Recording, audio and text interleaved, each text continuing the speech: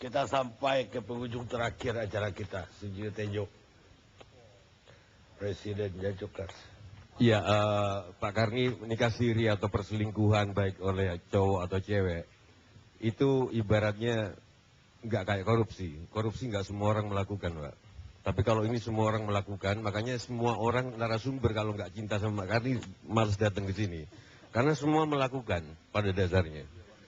Karena tanpa itu, tanpa cinta, bagaimana energi kita? Apalagi kalau dia bergerak di sektor publik. Maka kalau saya amati, Pak Jokowi, terlepas saya bukan pendukung saya apa, Pak Jokowi suatu kekhususan. Dari matanya, saya lihat dia nggak ke perempuan.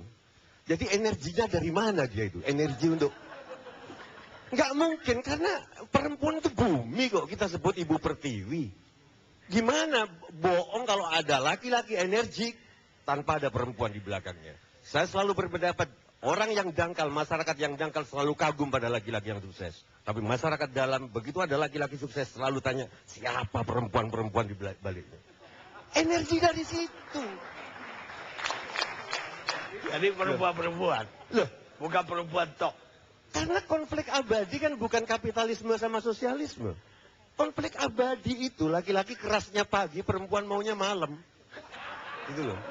Jadi harus banyak ini, tapi ini bukan cuman laki-laki yang, kalau kita mau jujur, perempuan itu juga perlu banyak. Tidak harus seks dalam mencinta. Suami istri itu kan kalau mau jujur 5 tahun pertama kayak suami istri, 10 tahun udah kayak temen. Udah jujur aja deh, gitu loh. Nah, saya contoh Pak Karni. Ini Drupadi, Pak. Ini istrinya Pandawa. Ayu Asari kalah, Pak. Ayu Asari berapa orang? 3. Serial. 3 itu kan. Ini 5 serentak, Pak. Drupadi ini yang ditutup-tutupin. Kenapa? Karena perempuan juga butuh itu. Kenapa kok perempuan itu kalau dicium merem? Karena dia membayangkan cowok-cowok lain juga, Pak. Gitu loh. Saya kira gitu.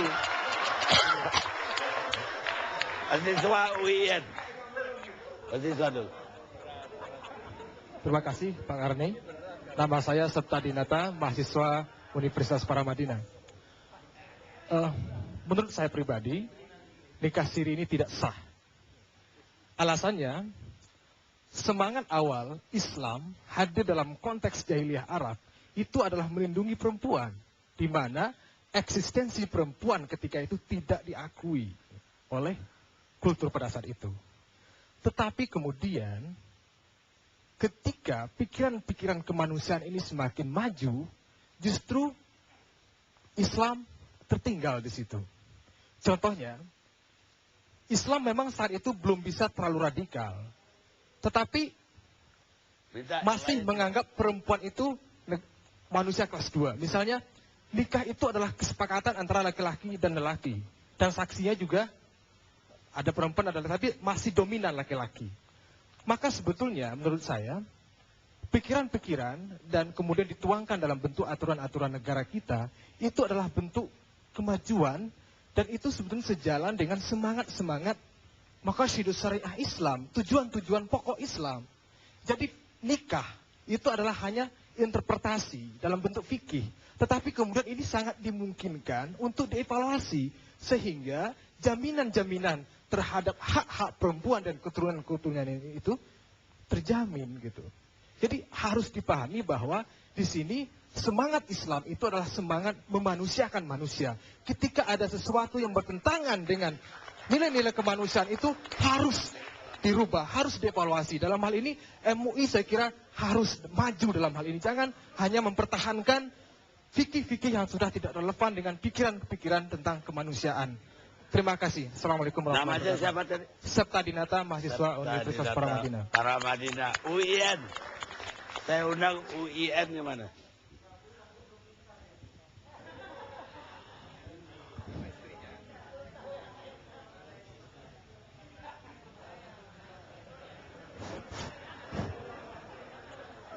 Warahmatullahi wabarakatuh. Waalaikumsalam. Nama saya Imas Mesaro dari UIN Syarif Hidayatullah, konsentrasi Jinayah Siasah. Saya kurang sependapat dengan narasumber, salah satu narasumber yang mengatakan bahwasannya nikah siri disamakan dengan zina. Karena menurut saya, nikah siri itu sah secara struktural. Yaitu dia memenuhi syarat dan rukun-rukun nikah. Yang pertama. Dan saya ingin menanyakan, apabila saya menikah dengan seorang laki-laki, akan tetapi saya mengabarkan kepada kerabat dekat saya. Tetapi saya tidak mencatatkannya kepada KUA. Apakah itu disebut nikah siri? Yang kedua, pertanyaan saya, apa tolak ukur dari a'linu ani nikah itu agar saya tidak disebut nikah siri atau nikah secara sembunyi-sembunyi? Terima kasih. Assalamualaikum warahmatullahi wabarakatuh. UI. Assalamualaikum. Nama saya Angga Karona. Saya mahasiswi dari Fakultas Hukum Universitas Indonesia. Mewakili teman-teman mahasiswi dari Universitas Indonesia, saya berpendapat menanggapi fenomena nikah siri yang marak terjadi belakangan ini. Saya berpendapat bahwa nikah siri adalah sah jika dilihat berdasarkan pasal 2 ayat 1 Undang-Undang 174 yang menyatakan bahwa perkawinan sah jika diselenggarakan berdasarkan agama dan kepercayaannya masing-masing. Namun permasalahan utamanya bukan terletak pada sah atau tidaknya perkawinan tersebut, melainkan terletak pada perlindungan hak wanita dan anak yang diakibatkan dari perkawinan nikah siri tersebut. Oleh karena itu, kami sebagai teman-teman mahasiswa mengharapkan pemerintah dapat lebih mengakomodir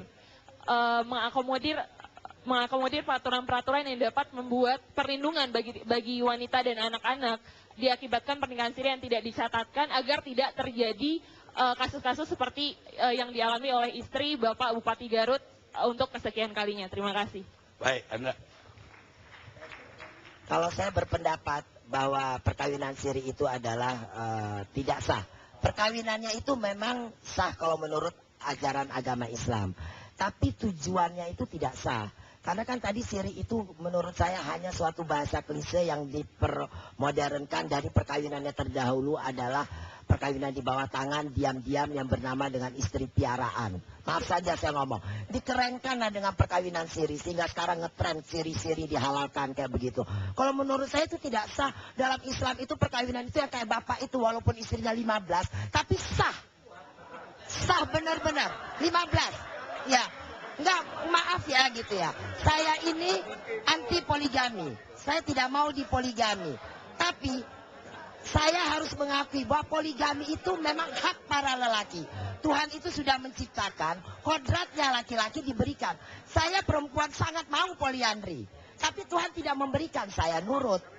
Jadi kalau dalam hal ini perkawinan siri itu hanya membuat para lelaki menggampangkan perempuan. Menganiaya perempuan tanpa tanggung jawab sama sekali. Itu yang saya lihat di teman-teman saya. Cukup. Itu saja. Ada ganti jelas, Pak.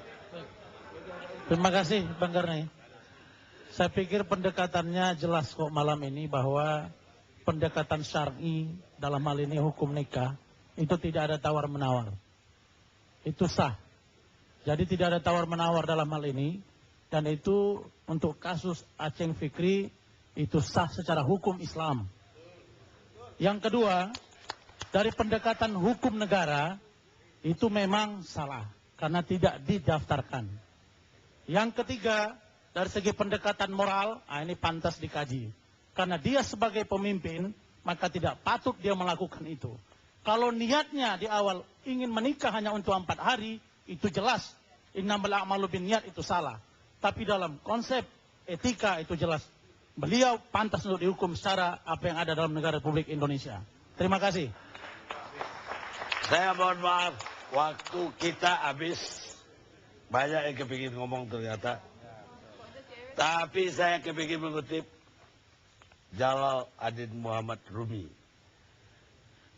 Rumi seorang sufi yang sangat terkenal sebagai penyair muslim dari Persia abad ke-13. Dia mengatakan perkawinan itu merupakan hubungan antara laki-laki dan perempuan, di mana independensinya equal, dependensinya mutual, maksudnya saling membutuhkan, dan kewajibannya resiprokal. Kewajibannya juga saling ada kewajiban. harus berdua untuk bikin perkawinan itu berhasil. Cukup hanya satu pihak untuk bikin gagalnya perkawinan itu.